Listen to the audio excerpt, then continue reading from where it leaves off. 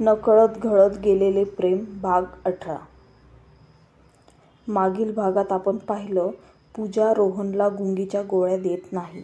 अचानक ती तिचा प्लॅन कॅन्सल करते आणि ज्या कॉफीच्या कपमध्ये गुंगीच्या गोळीचा तुकडा पडलेला असतो तो कप ती स्वतःसाठी घेते. पण रोहन ते कप एक्सचेंज करतो. त्याचा फार काही असर रोहनवर होत नाही. दुसऱ्या दिवशी रोहन दिल्लीला रक्षाबंधन सेलिब्रेट करण्यासाठी घरी पोहोचतो. तिथे गेल्यावर त्याला रियाचा व्हॉट्सॲप स्टेटस पाहून कळतं की ज्या मुलासोबत त्याने रियाला बाईकवर बसून जाताना पाहिलं होतं तो तिचा चुलत भाऊ असतो. हे कळल्यावर रोहन आणि त्याची फॅमिली भरपूर खुश होते. आता पुढे. रोहनच्या घरचे भरपूर खुश असतात. अंजली रोहनला आणि रितेशला राखी बांधते. ते दोघे अंजलीला काही पैसे आणि आयफोन गिफ्ट करतात. अनुष्का आणि गुडिया पण अनुजला राखी बांधतात.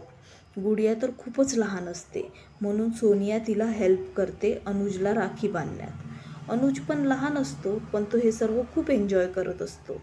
अशा प्रकारे रोहनच्या घरचं रक्षाबंधन सेलिब्रेशन होतं.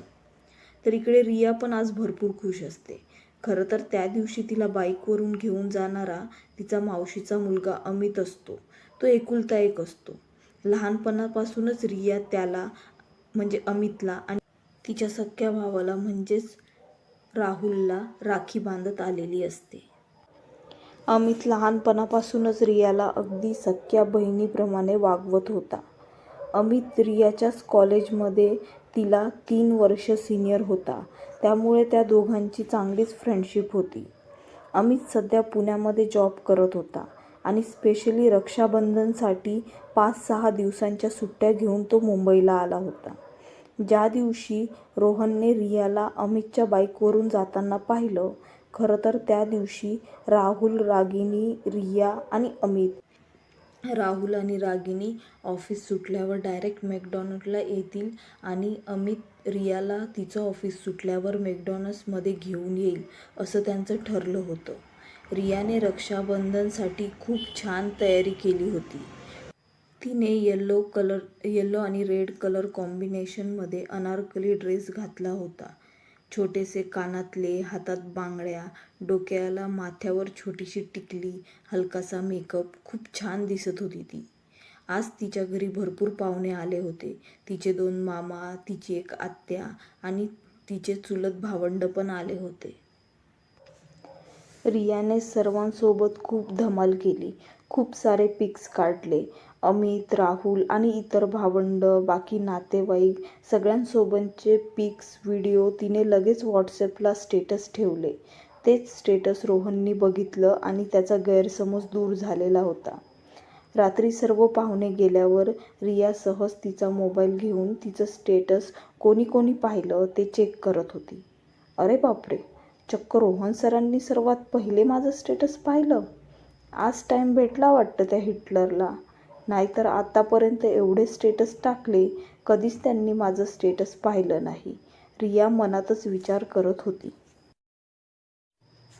आता रियाला रोहनचा स्टेटस चेक करायचा असतो म्हणून ती त्याचा स्टेटस बघते, पण तिला त्याचा स्टेटस दिसतच नाही. कसं काय दिसणार? रियाकडे त्याचा पर्सनल नंबर नव्हता आणि त्याने स्टेटस पर्सनल नंबरवरच ठेवला होता. तो कधीच ऑफिसच्या नंबरवर स्टेटस वगैरे ठेवत नव्हता. रोहन सर हिटलर आहेतच, पण एवढे बोरिंग पण असतील हे मला माहीत नव्हतं. त्यांच्या लाईफमध्ये कामाला सोडून कुठल्याच गोष्टीला महत्त्व नाही. एक स्टेटस पण ठेवला नाही त्यांनी, रिया मनातच विचार करत होती. दुसऱ्या दिवशीचा ऑफिसला जाण्याचा अलार्म ती लावते आणि थोड्या वेळाने झोपी जाते. रोहन आजच्या आजच रिटर्न मुंबईला जाणार असतो, कारण त्याला भरपूर कामं पेंडिंग असतात. आता ऑफिसमध्ये त्याचे मोजून 10 ते 12 दिवस बाकी असतात. नंतर त्याला त्याच्या फॅमिली बिझनेसचा न्यू ब्रँच मुंबईमध्ये चालू होणार होतं. त्यामुळे या 10-12 दिवसातच त्याला सर्व कामं पूर्ण करायची होती. रोहन आज आला आणि आजच रिटर्न जाणार म्हणून त्याच्या घरचे सर्वजण नाराज होतात. गुडिया, अनुज, अनुष्का तर त्याला जाऊच देत नव्हते.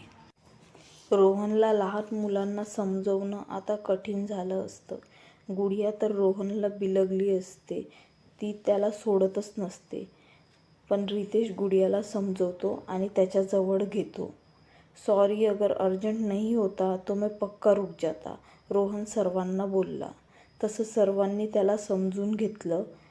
और एक अर्जंट काम है, वो करना मत भूलना, रितेश बोलला. तसं कन्फ्यूज होत रोहनने विचारलं, कौन सा काम भाई? रिया को प्रपोज करने का काम. अब बहुत कम टाइम बचा है, तो तू काम करने के चक्कर में रिया को प्रपोज करना भूलना मत, उसके लिए भी टाइम निकाल, रितेश बोला. सही बोल रहे हो रितेश तुम. हमारा रोहन पढ़ाई में, बिजनेस के कामों में बहुत होशियार है, पर प्यार के मामले में थोड़ा पीछे है, रमेशजी रोहनची छेड काढत बोलले. बस करो, कितना सताओगे मेरे बच्चे को, कविताजी बोलल्या आणि सर्वजण हसून शांत झाले. अरे भाई, मैंने तो रिया को देखा ही नहीं, आप रिया का फोटो दिखाने वाले थे ना, अंजली आणि सोनिया रोहनला बोलल्या. तसं रोहनकडे रियाचे भरपूर फोटो होते, जे त्याने रियाच्या व्हॉट्सॲप डीपीला लावलेले फोटो त्याच्या मोबाईलमध्ये सेव्ह केलेले होते. पण तो आज रक्षाबंधनचा स्टेटसचा स्क्रीनशॉट काढून ठेवला होता. तो फोटो सोनियाला आणि अंजलीला दाखवतो. वाव, कितनी प्यारी लड़की है ये, बहुत क्यूट दिखती है, सोनिया बोली. रिया और रोहन, तुम दोनों की जोड़ी बहुत अच्छी लगेगी साथ में, अंजली बोलली. आणि त्या दोघींचं बोलणं ऐकून रोहनच्या चेहऱ्यावर एक छान स्माइल येते. अरे वा, दोनों की चॉइस भी सेम है, अंजली पुन्हा बोलली. मतलब, रोहनने विचारलं. ये आज का ही फोटो है ना, अंजलीने विचारलं. हाँ दीदी, रोहन बोलला. अरे, आज रिया ने भी येलो कलर का ड्रेस पहना था और तूने भी येलो कलर का कुर्ता पहना था ना, अंजली बोलली. तसं पुन्हा एकदा रोहनच्या फेसवर स्माईल येते. असंच इकड तिकडच्या गप्पा करून झाल्यावर थोड्या वेळाने रोहन मुंबईला जायला निघतो. घरी मुंबईला यायला रोहनला ऑलमोस्ट रात्रीचे 11:30 वाजतात. तो थोडा थकलेला असतो, पण खूपच हॅप्पी असतो. झोपताना तो त्याच्या मोबाईलमधले रियाचे पिक्स बघतो. तो तिचा आजचा स्टेटसचा पिक पण पाहतो आणि त्याला अंजलीचं सेम चॉईस बोलणं आठवतं. I love you so much Riya, खूप प्रेम करायला लागलो आहे मी तुझ्यावर. तुला पहिल्यांदा पुण्यामध्ये पाहिलं, तू त्या आजींना रोड क्रॉस करायला हेल्प करत होतीस. तुझं दुसऱ्यांना हेल्प करायचं नेचर, तुझं साधेपणा खूप आवडतो मला. तुला तुझ्या भावासोबत पाहिलं, जीवच निघून गेला होता माझा त्या दिवशी. पण मी स्वतःच्या मनाला कसं तरी समजवत होतो. खरं तर आता नाही राहू शकत मी तुझ्याशिवाय. जेव्हा मी तुला प्रपोज करेल ना, तेव्हा प्लीज हो म्हण, खूप आनंदात ठेवेल मी तुला. मनात विचार करतच रोहन रियाच्या फोटोवर किस करतो आणि असंच रियासोबत भावी आयुष्याचे अनेक स्वप्न रंगवत झोपी जातो.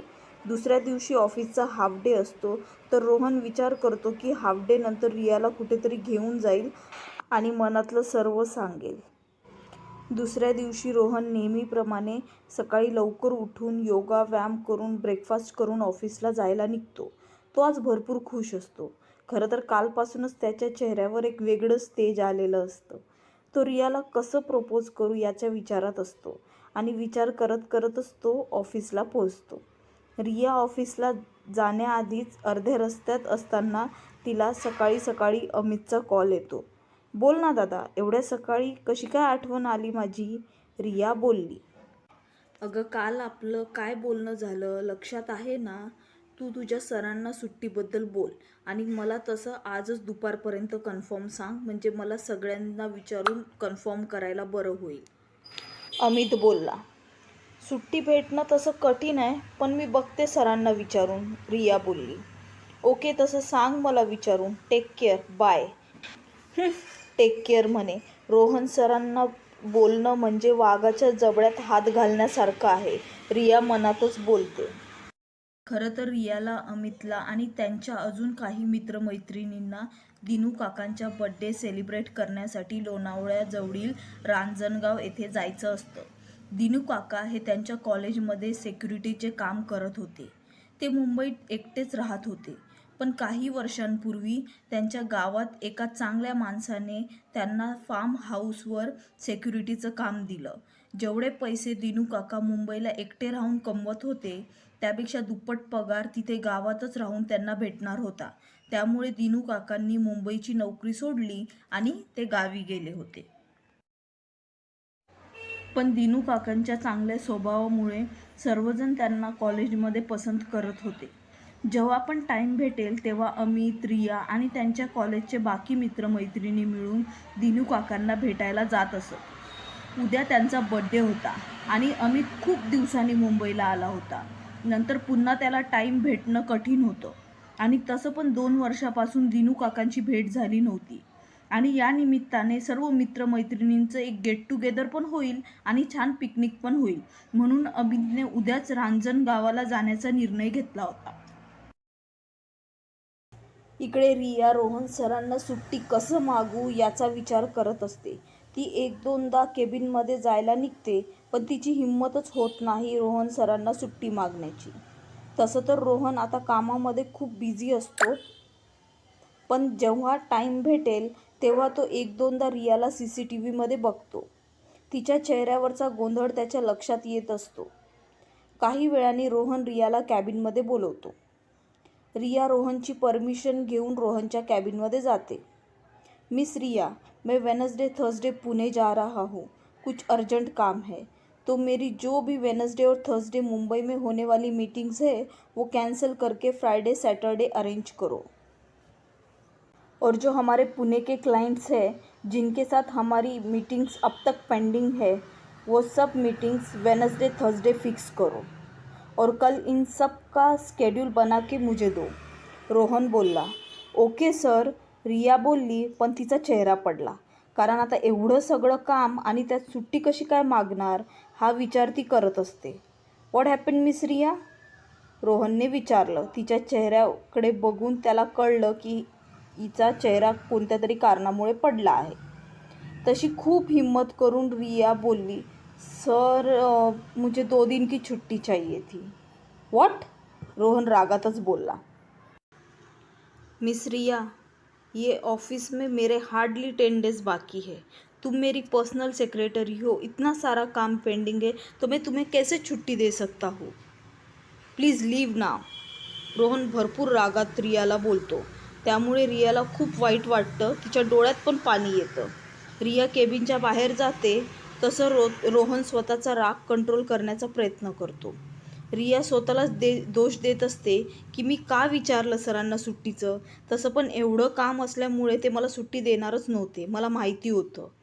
ती स्वतःच्या भावनांना खूप कंट्रोल करते. तिला भरपूर रडायला येत असतं, पण ती स्वतःला समजवते की नंतर कधीतरी भेटेन दिनू काका, कधीतरी टाईम काढून जाईल त्यांना भेटायला. रिया मनातच विचार करते. थोड्या वेळाने रोहनला रिअलाईज होतं की आपण रियासोबत खूपच रागाने बोललो. तो थोडा वेळ मनात काहीतरी विचार करतो आणि रियाला कॅबिनमध्ये बोलवून घेतो. तसा मेसेज पिऊन रियाला देतो. तशी रिया आत येण्यासाठी रोहनला परमिशन मागते आणि कॅबिनमध्ये येते. रोहन एक नजर तिच्यावर टाकतो. तिचा चेहरा बघून रोहनला तिला घट्ट मिठी मारून सॉरी म्हणावं असं वाटतं, पण तो स्वतःच्या भावनांवर आवर घालतो.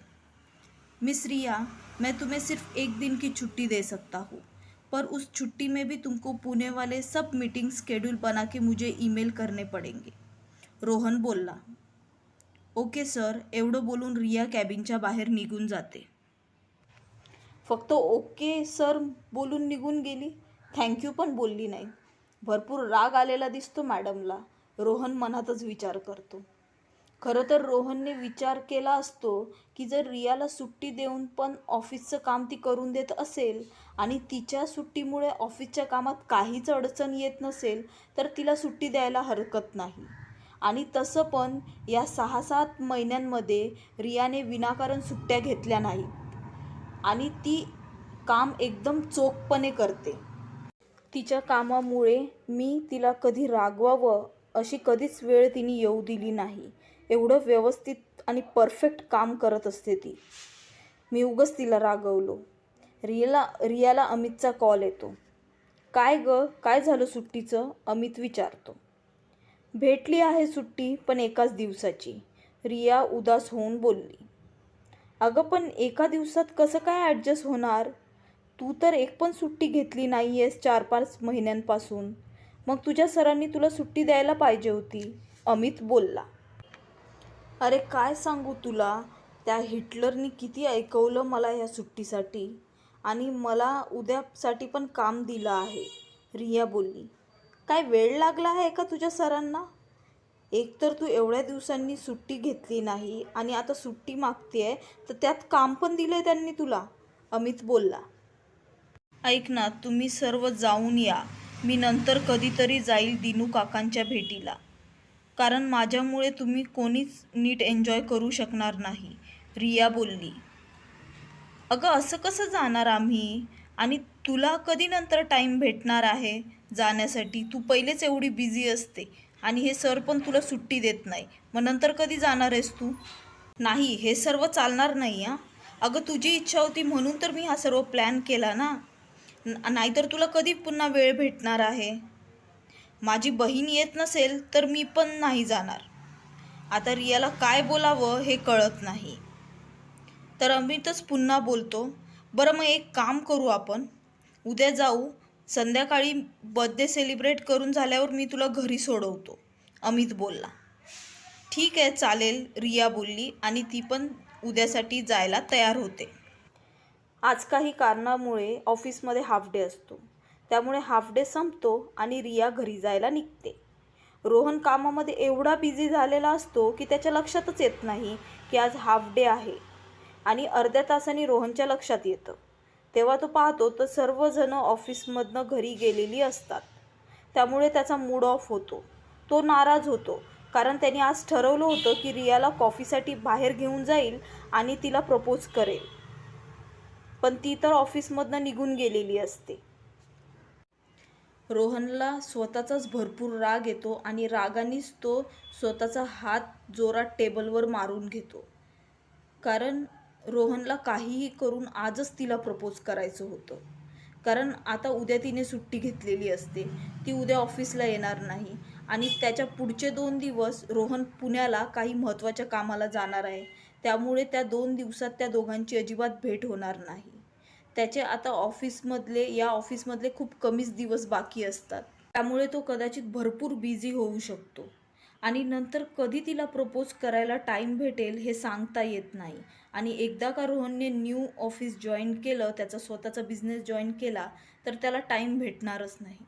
त्यामुळे आजच्या आजच तिला प्रपोज करायचं असं रोहनने ठरवलं होतं.